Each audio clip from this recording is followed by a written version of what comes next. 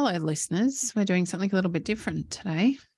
G'day, listeners. Before we press play on the main episode, we thought we should drop in with a quick little heads up about the content in today's podcast. I probably didn't expect it to be quite so heavy, and yet I probably should have based on the content. So we have just come right out a mum sharing the story of losing her 18-year-old boy to some tragic circumstances that she does talk about in the interview. It's all within context, and it's a very important episode, and we do hope that you do listen to it because it's an incredibly important message in there about safety and all sorts of stuff that you'll hear. But we just wanted to let you know, and I know it affected Coxie and I quite a lot when we recorded this interview. So Coxie rightly suggested that we give you a quick heads up before you get into the main episode and go, holy crap, wasn't expecting that. Thanks for the warning, guys. Yeah, I think if you typically listen to us with kids in the car or something similar, I don't believe this is an episode for kids to be listening to, particularly not young ones. It is very raw, and I think it's important that this story is told the way it's told. It is raw. It does make you stop and think in a way I certainly haven't experienced before. So I do encourage you to please make some time to listen to this episode. Just be mindful of little ears and maybe some of the reactions you could potentially have yourself. So I wouldn't be listening to it on site with all the fellas either. No, maybe get the guest to come out and talk to your fellas on site instead. That's a damn fine idea. Anyway, enjoy the episode. It's a potentially heavy one, but it's very, very important, and we hope that you take something out of this just as we did. Welcome to the Tradies in Business podcast with your hosts Warwick Bidwell and Nicole Cox. Divert your phone and grab a brew as Waz and Nick unpack tips, tales, secrets and stuff-ups from guests both inside and outside your trade, helping educate and inspire you to break the cycle of gut-busting and money stress and create a true trade business. Righto, listeners, here we are. Now, we're making an exception today, Coxie. Yeah. We are not telling a joke, although we are smiling for those of you watching us on the YouTube channel. For those of you who don't know that we have a YouTube channel that listen to the podcast, you can also watch us on YouTube. So you can go down mindless rabbit holes after you've seen our video and have YouTube tell you to watch some, a rhinoceros eating sugarcane whilst driving on a bus, because really that seems to be the weird stuff that gets served up by the algorithm. Now, the reason we don't have a joke, Coxie, is because I guess in some respects today's episode is very serious and we want to get straight into chatting with our guest. I know you're busting to introduce our guest today after our conversation with her off air about our different, am I allowed to say ethnic backgrounds? Is that? Yes, of course you can. Why not? 2023, I don't know. I don't know what I'm allowed to say. We do have an ethnic background, so really... You can't change that. No, I know. Totally true. So, Patrizia, welcome to the show. Welcome to Tradies in Business. Great to have you here today. Thank you for having me. Pleasure.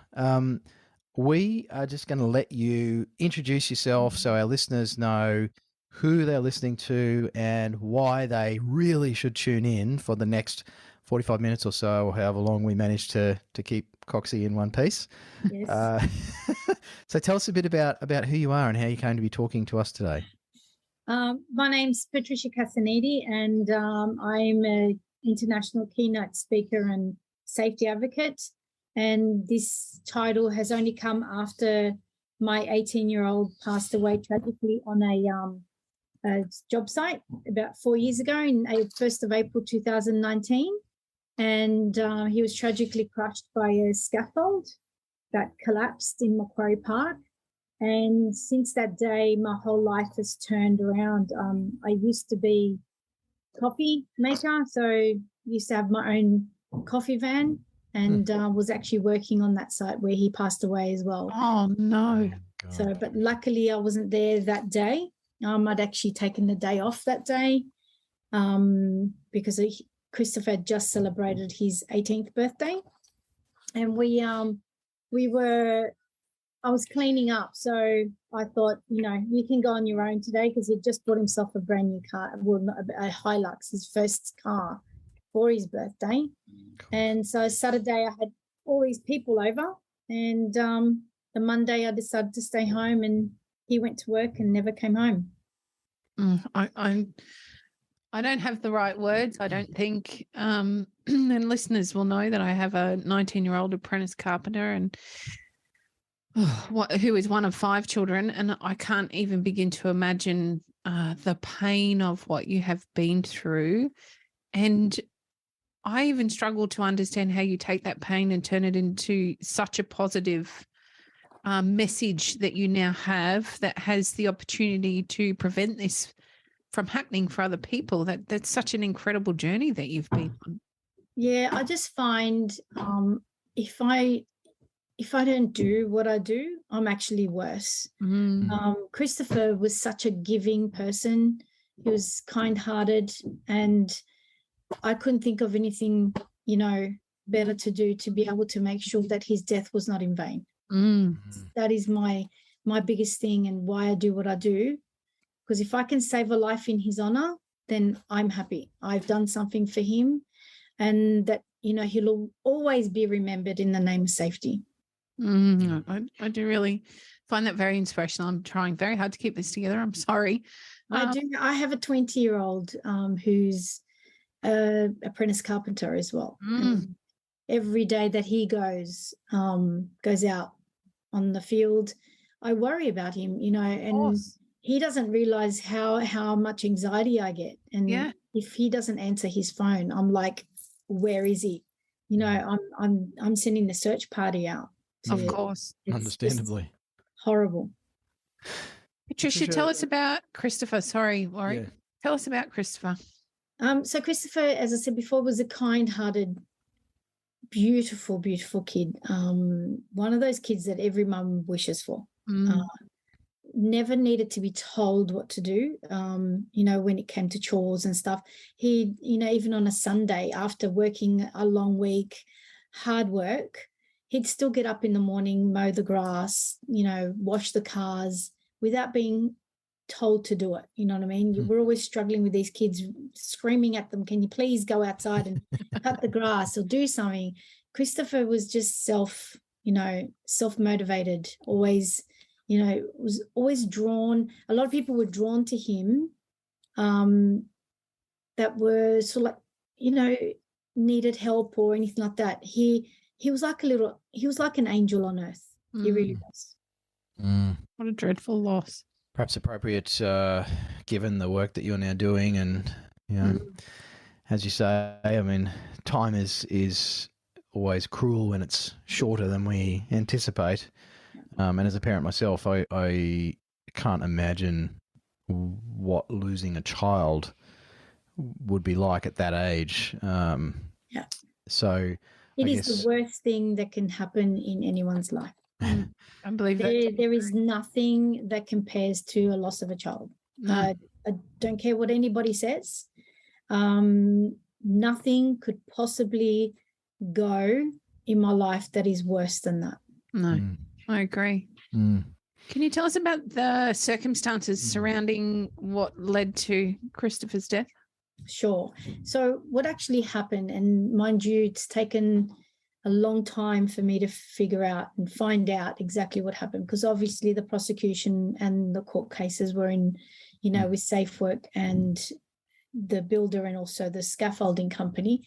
So we did not find out until last year, November.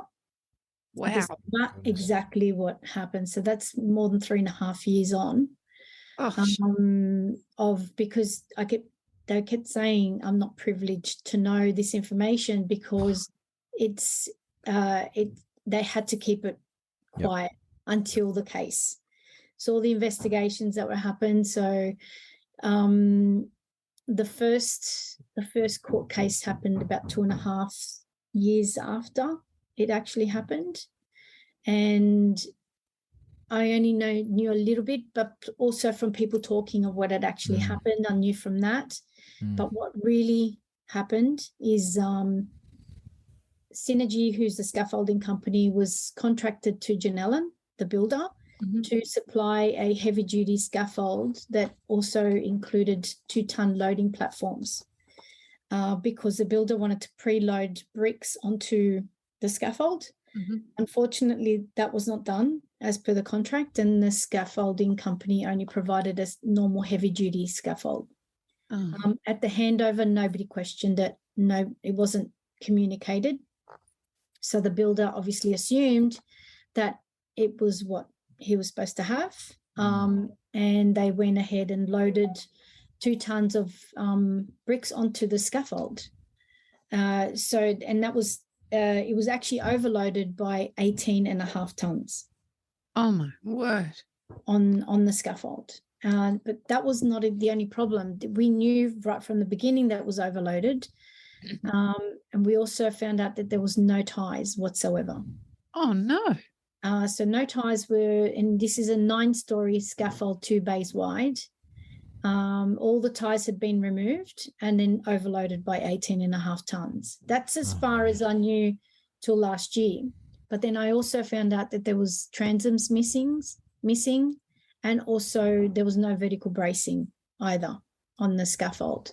So everything you can possibly think of that could go wrong. Wrong. Yep. The hardest part is that in the last 4 years, all I've been doing is speaking to workers about speaking up. Yeah. And saying no to unsafe work practices. The actual scaffolders that put the scaffold together did speak up, and they said, look, we really need to stop the job. It seems like as though there's too much load on this and we need to get everyone off. But unfortunately, the leading hand had that she'll be right moment and said, no, it's fine.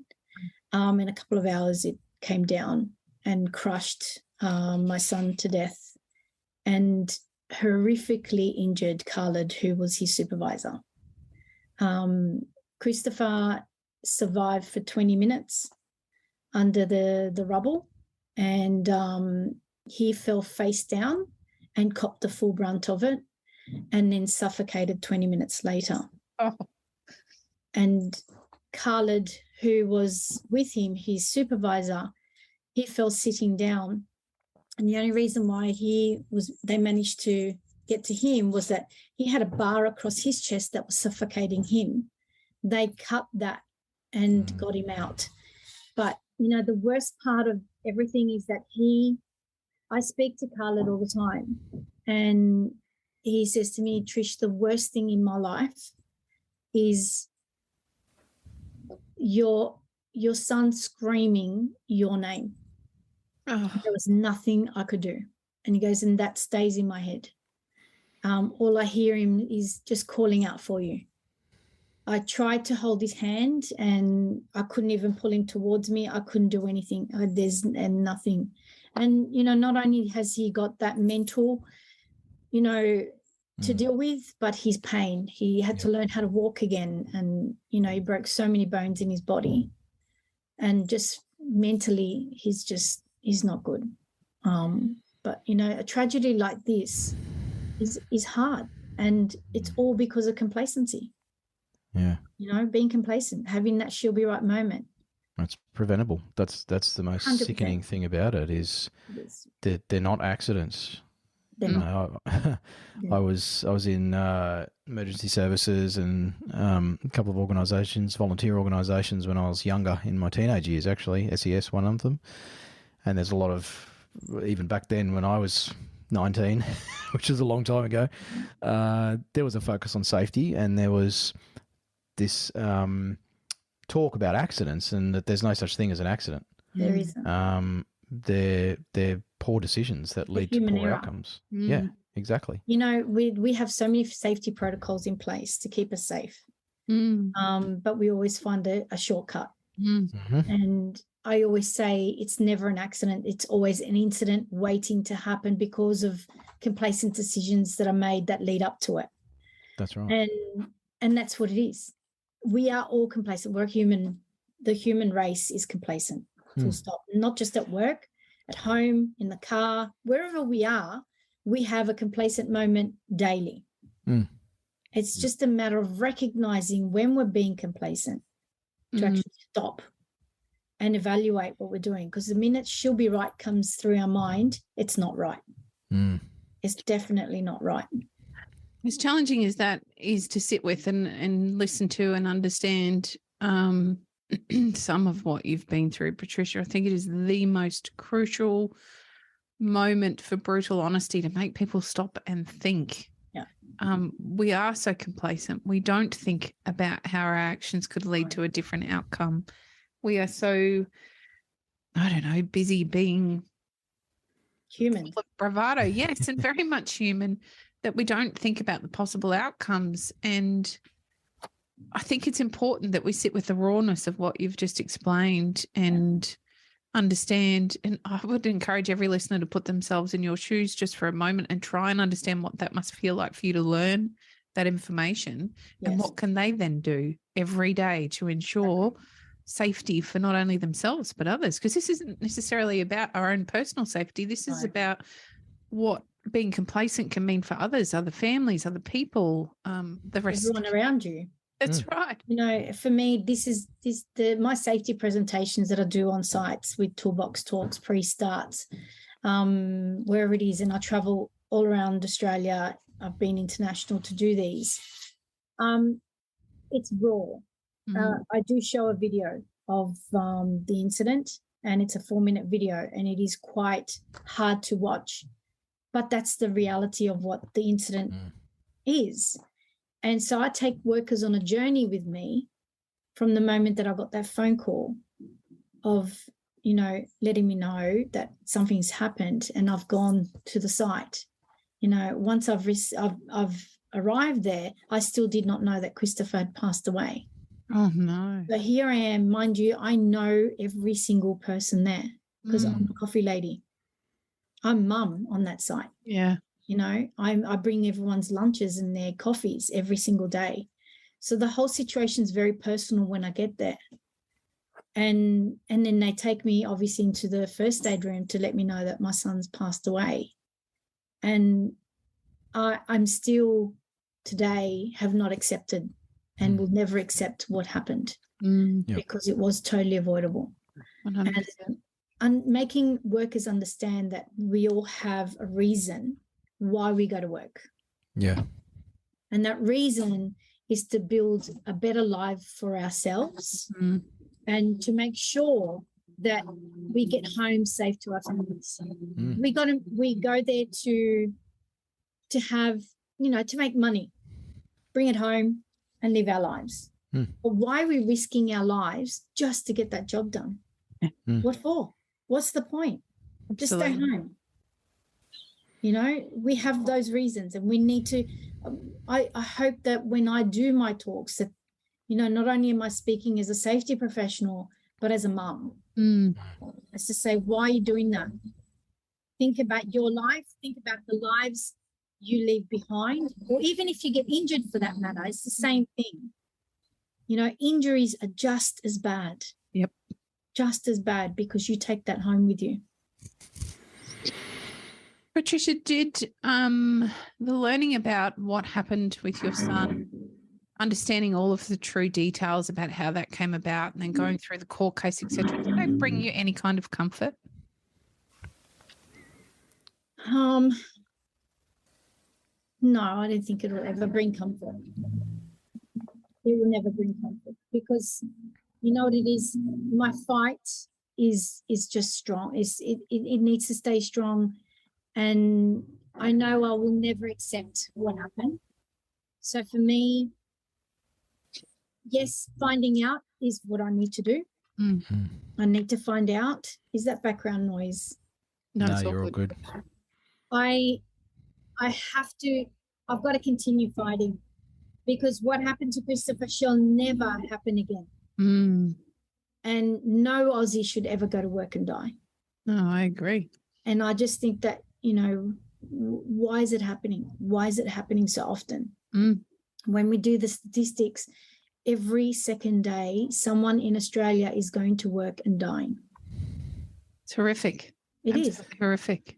The thing that grates me even more about about these situations is so often it's not the person who loses their life or is injured. It wasn't their decision that led to that in the first place. You know, if I mean, I've got a bit of bark off my head at the moment because I crashed my mountain bike, but that was my choice. That was my decision. I was riding the bike. I chose to go over that jump.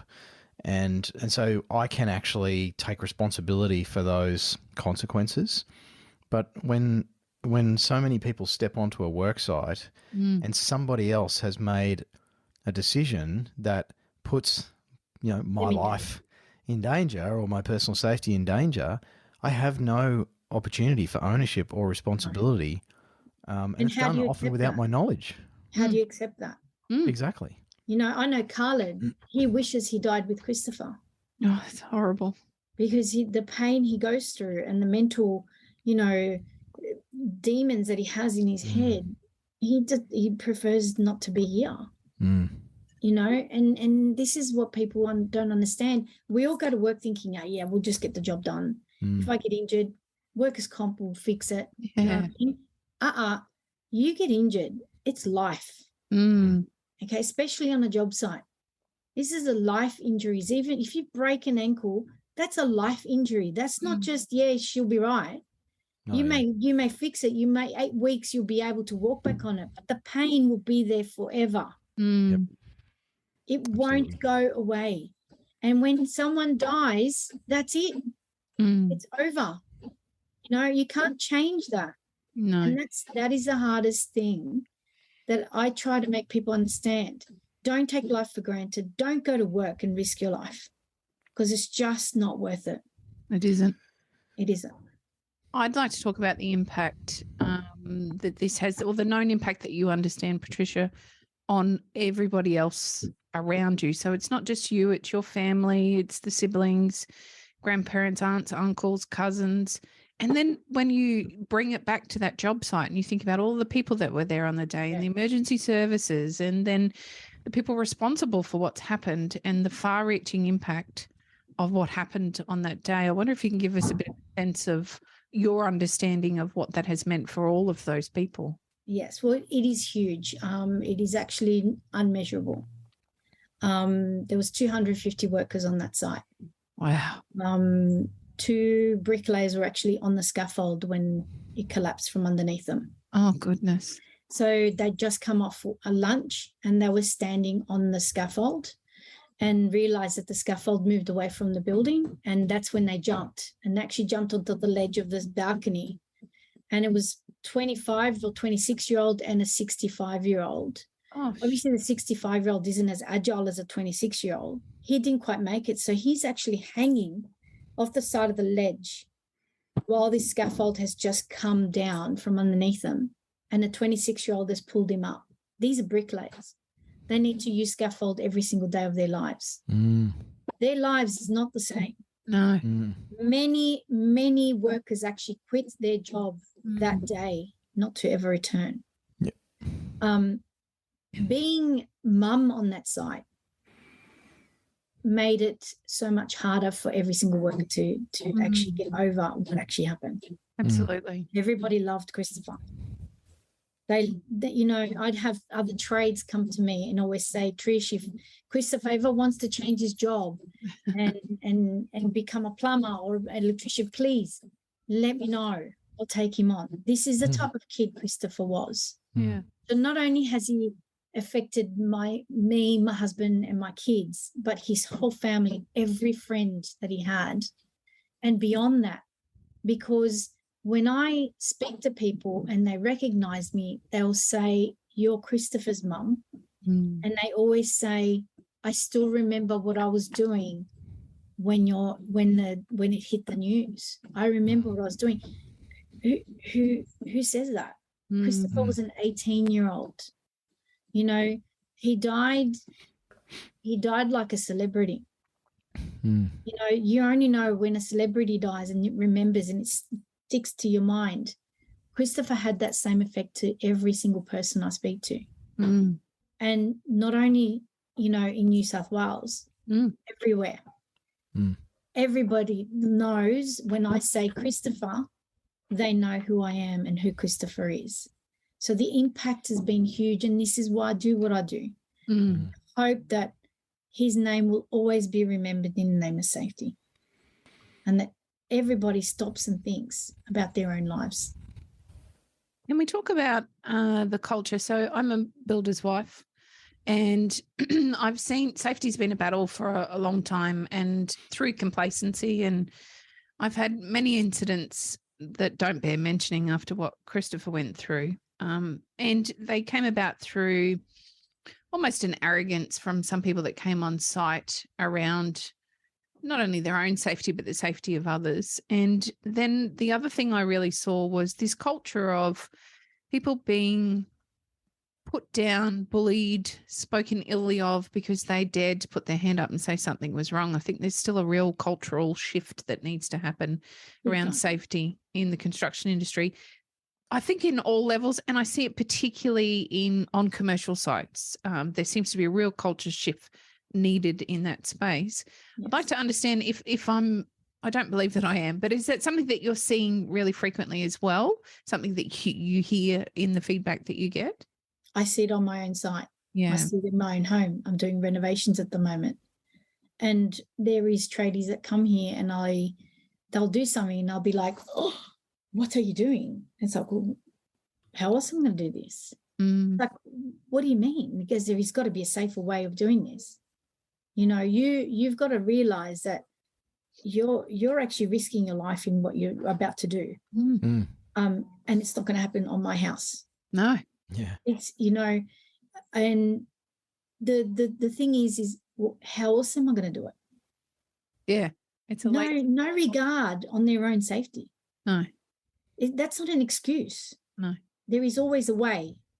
There's always a way of being safer. And, you know, unfortunately, everybody's too scared to put their hand up and say, stop.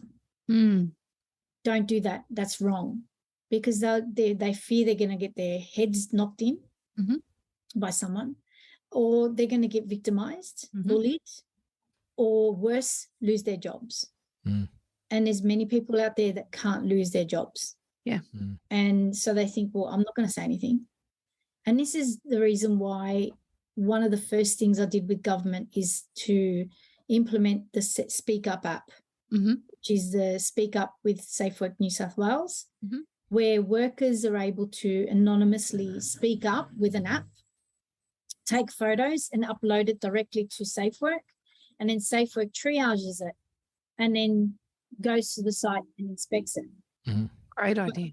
When the first statistics came out, I nearly fell off the chair. I went, what? Like there was 2,937 submissions made within 6 months. Wow. Last year it reached 10,000. Now, how on earth is Safe Work supposed to get to all of them? Yeah. And this is why I always encourage workers to speak up. Speak up within. Go to your managers. You have every single right to speak up and say no to an unsafe work practice. It is now law. Category 1 law in WHS has now been changed because I've pushed it and pushed it and pushed it. It is now got gross negligent and reckless behaviour. Even if an incident has not occurred and you take on an unsafe work practice, you are liable for a Category 1 offence and you can get prosecuted even as a worker, not just a PCBU, as a worker. And that's a Category 1 offence. Obviously, industrial manslaughter is what I'm pushing for next. And, you know, we are a Labor government now and hopefully these changes will be made sooner rather than later. But putting on those, you know, if we compare ourselves to the other states which have industrial manslaughter already in place, except for us in Tasmania, there is reins there. Like people go, whoa, stop, what are you doing? I can go to jail for this. Where in New South Wales, we don't have that. You know, the highest fine is $3.5 million. That is it. It's nothing. Which for most... There is no deterrent. Yeah. I mean, most of the companies will just declare bankruptcy. They can't pay it anyway and keep doing what they're doing. Nothing changes. So it's hard to get it. The best thing that's been come out is obviously David Chandler We have our building commissioner now that goes out there and oversees these issues. You know, the I certification of builders to make sure that they are certified. And, you know, there's a lot of changes that are coming. And I'm glad these changes are being made. It's taking a long time, but slowly but surely we need these massive changes and give workers the courage to say no. Yeah, it seems because they have every right. They do. It seems we literally interviewed somebody recently around HR stuff and some of the federal laws that are being brought into place around, you know, pay equality and these sorts of things. And then I hear stories like yours and Christopher's and am reminded of the insane practices that are happening on not just construction work sites, you know, it's happening in factories and retail. It's you know, all work sites. And it just seems to be left for the states to deal with as per normal. And even then it's sort of, it's like the poor cousin to all of the big headline vote grabbing issues. Have you struggled with getting an audience, Patricia? Like, have you found it challenging to get politicians and lawmakers to take this stuff seriously? Look, they know I'm here. They know I bet they do. I can tell you now, Safe Work and government do know that I exist and that I won't be going far. And I will be keeping on the fight to make sure these changes are made. Common sense. I just want common sense. Unfortunately, there is no common sense in our law. No one is culpable for when someone dies. So in Christopher's case, no one goes to jail, even though it was proven on who actually made that decision.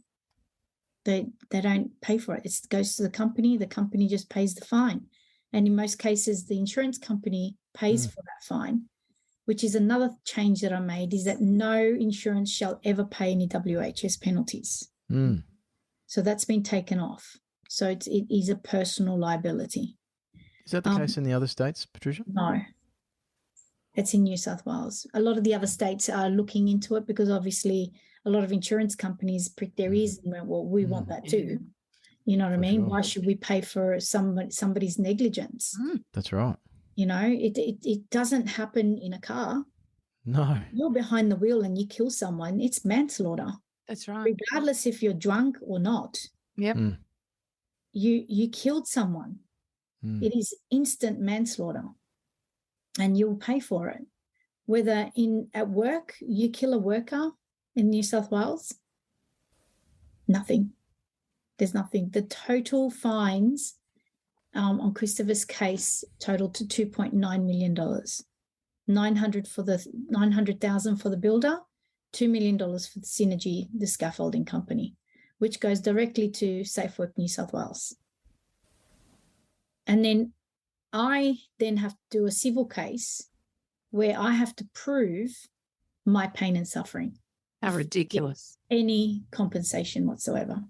It's like we're in the bloody medieval times where, you know, the landlords and the wealthy just owned everybody and lives weren't worth any more than the work they could do. It's crazy.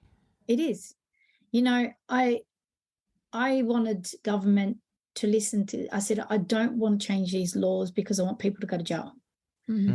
I want these laws to be put in as a deterrent for people to stop doing the wrong thing. When people have listened to my talk, it kind of shifts them because I do bring that reality of what a tragedy looks like. Yeah. And it shifts them to make them think as to, why am I doing that? Why am I risking my life to get this job done? And because I take them on this journey, they think about their own mum. They think about their own wife or husband or children at home.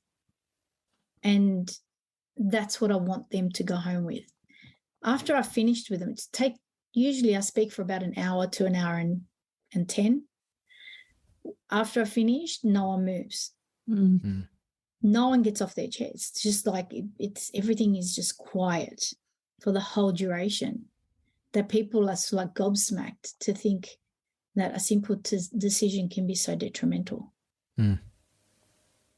We are all responsible for safety. Patricia, has anybody from either of the companies, the builder or the scaffolding company, ever reached out to you? At the beginning, yes. They both came to my house and, gave out their condolences. But it was hard. It was, I don't know. It is hard, especially for Synergy, because I knew every single one of them. You know what I mean? And I still feel for them. As much as I'm angry, I'm frustrated, I still cry for them. Of course. Because they have to live with this. These are normal human beings. I'm not seeing them as a company. These are human beings that go to bed at night and say, what if I should have, I could have? And, have to live with Christopher's death because of a simple decision that could have stopped it from happening. And I don't want other workers to have to go through this. No one should ever walk past an unsafe situation and say it's not my job. Absolutely. I couldn't agree with you more. And yet it still happens. I don't understand. As a parent, I think mum or dad, any parent, you look at these situations, you think about your children or you think about the impact on your children. If it was you, sometimes that can change your thinking. And yet I still see that complacency, which is so frustrating. I'm really hoping that the rawness of your story stops people in their tracks and, they take the time to think. Yeah. I guess for me then as a mum, I'm sitting here thinking, I don't know how on earth you made the transition through grief to speak so openly about the journey that you've been on and to help create this awareness and make the changes that you are contributing to making. Can you share with us how that journey has evolved for you and at what point did you make the decision that you were even able to do this? I never put my hand up for it. It just happened. My first speaking engagement was May 1st, which was exactly a month after Christopher died. Wow. And that was at May Day March with the unions.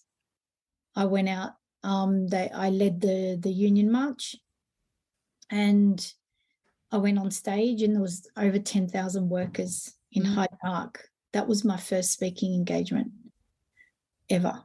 Wow. And I never really put my hand up for it. I think it's my anger drives what I do. I'm so angry at what happened. And I know I'm never, ever going to get over this. And so I have to turn it into something positive because it will eat me up alive. And I do have two beautiful boys that I have to look after as well. And I have my husband. I live for them. I live for them. And if I can't make those changes, knowing that even my son is a tradie and protect him in his life. Yeah. So people can understand that we're all precious. Every single one of us is precious and we should be going to work to earn that money so we can have that life we all want. Not that we're risking it just to get it. And we can go home to our families because when you don't go home, everything changes. How is your family? How are your boys? How's your husband? How is everyone coping? It's a struggle. Yeah. It's a struggle. This is the reason why I'm renovating the house. It's very hard to be at home. Yeah.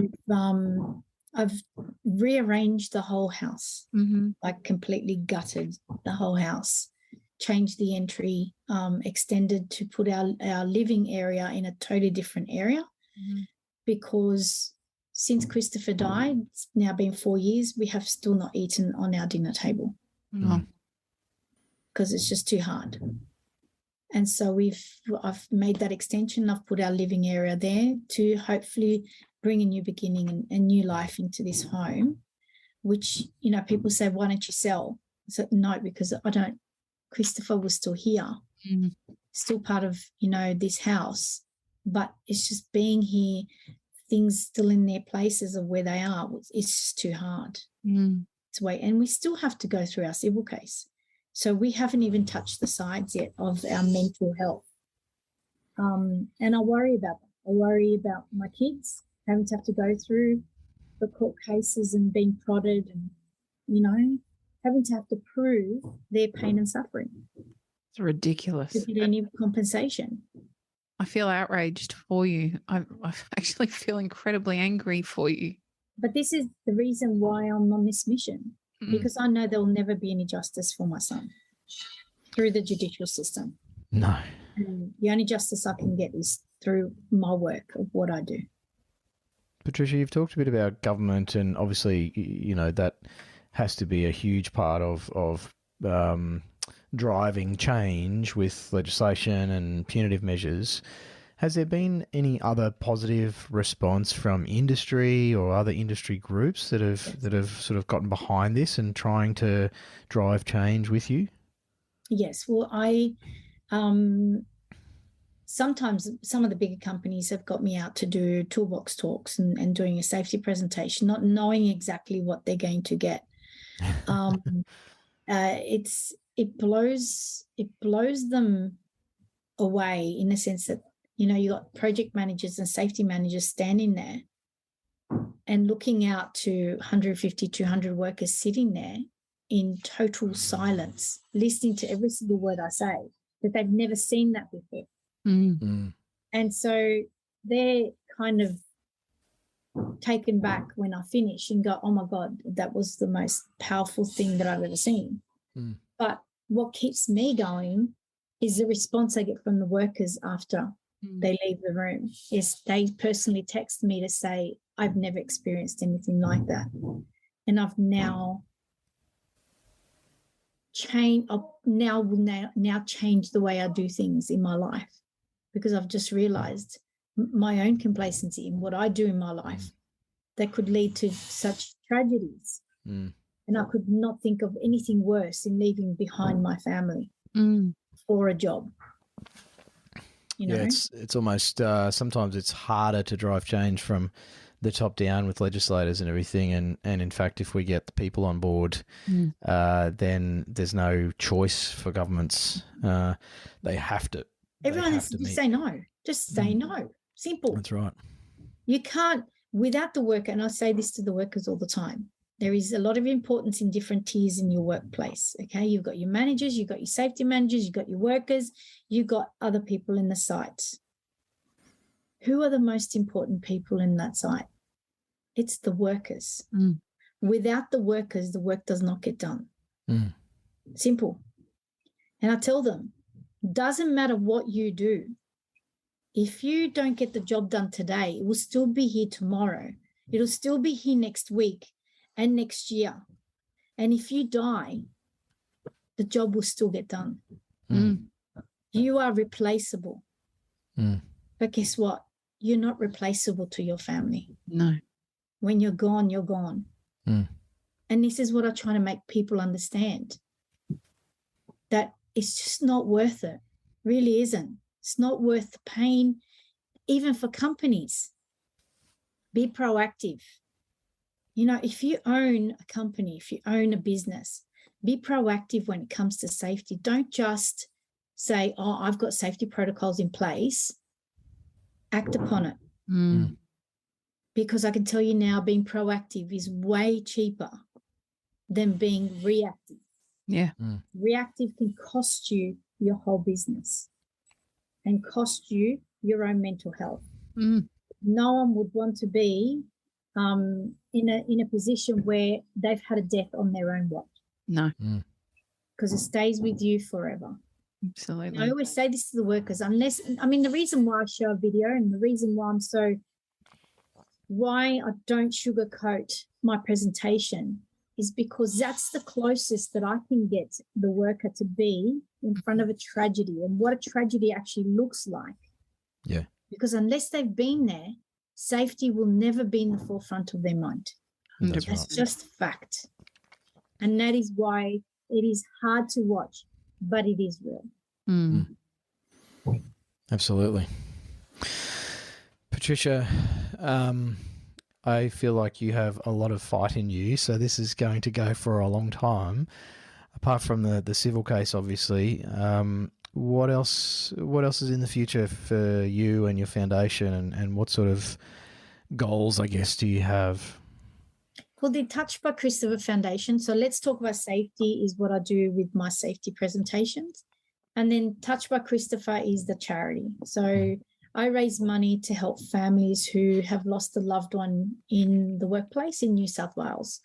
My goals obviously is to go national, to cover all deaths in Australia. But unfortunately, we have so many deaths that, it will be very hard to be able to facilitate that. So it's now condensed in New South Wales. And what we do is when someone dies at work, we try to contact the family or get the family to contact us, which is a little bit hard at the moment because obviously privacy laws, I can't go to Safe Work and say, I need the name of who died. So it's a matter of awareness, getting that awareness on Touched by Christopher that we are here. We provide 3 months worth of groceries to the family based on however many people are in the household. And it's worked out at $20 per person per day for 92 days. So if there's 4 people, it's, $80 per day for 92 days. Plus we pay $1,500 towards any bills that they may have outstanding, like water bills, gas, whatever it is. And my short-term goal is to reach my next goal of having raising funds so that I can also add 3 months worth of mortgage or rent on top of that as well. Because the majority of the time when someone dies, it's actually the breadwinner. Yeah. Yeah. And bills don't stop. No. They just keep coming. And Touched by Christopher is there to just help families with that everyday burden so that they can grieve. Because compensation does not come straight away either. No. Such a time-consuming process if it happens at all. Yeah. And it's sad. It is so, so sad. People can lose their homes because the income has stopped. And there's just no buffer. There's nothing. It is very sad. We were very lucky. We weren't dependent on Christopher, but we had a lot of help from people, and that's why I started Touched by Christopher, because I want to give back. I do have a charity barbecue on the 21st of May at Macquarie Park, which I'm hoping for people to either come sponsor it and be part of it. It'll be just a family day. It's from 10 till 3. And it'll be on the 21st of May this year. And it's at Lauchlan's Line where Christopher's Memorial is, where the actual incident happened. So, that's hopefully we can raise enough money to be able to get that goal, to be able to include the mortgage and rent for people as well. And that is my goals at the moment, And obviously my biggest mission is to get in front of every single worker to deliver my message and hopefully shift their complacent mindsets and give them the courage to speak up. Patricia, how do people find you and find out more about the Touched by Christopher Foundation? We have the website is touchedbychristopher.org.au and they can donate online as well. There's the events are on there usually, and my other website is the letstalkaboutsafety.com.au, which is the speaking engagement. So if anyone wants me to come onto their site to speak to their workers about complacency and speaking up, they can just contact me, or they can call me on my phone as well. Give me a call. I would really like to come give you a great big hug, and I don't know how to say sorry. I don't think there's a right way to say how sorry I am that this happened to you and your boy. I thank you for sharing so honestly with us. Thank you. So that others have the opportunity to hear what they can do to prevent something like this happening. Yeah. We all need to band together. And this is why I encourage workers to speak up. Just say no. It is your life. Everybody has a part to play, and I think it's too easy to make this the government's responsibility or the primary contractor's responsibility or the safety app's responsibility. We're all responsible. We are all responsible. 100%. Every single one have of a us. part to play. Even if you're walking past something that's got nothing to do with you, it's 100%. it's a possibility to go and poke your nose in and take a risk, because it might save the life of someone like your boy. Yes. Yeah. Patricia, thank you. Thank you. We really appreciate your time. Listeners, please do go and, if you can, go and donate. If you're in the Sydney area, obviously get down to the charity barbecue, but go and check out those websites. We'll put all the details in the description for this episode and our show notes. And Patrizia, wishing you all the very best with your quest. And we express our condolences, and I think it's amazing what you're doing and how you're honouring your son's life. So thank you very much. And thank you for the opportunity to be on your podcast and spread the message. It's very nice of you to have me on here. So absolute pleasure. Thank you so much. Thank you. Take care. Thank you. You've been listening to the Tradies in Business podcast with Warwick Bidwell and Nicole Cox. Find out more about today's guest, tools for your trade business, and other cool stuff at tradiesinbusiness.com.au.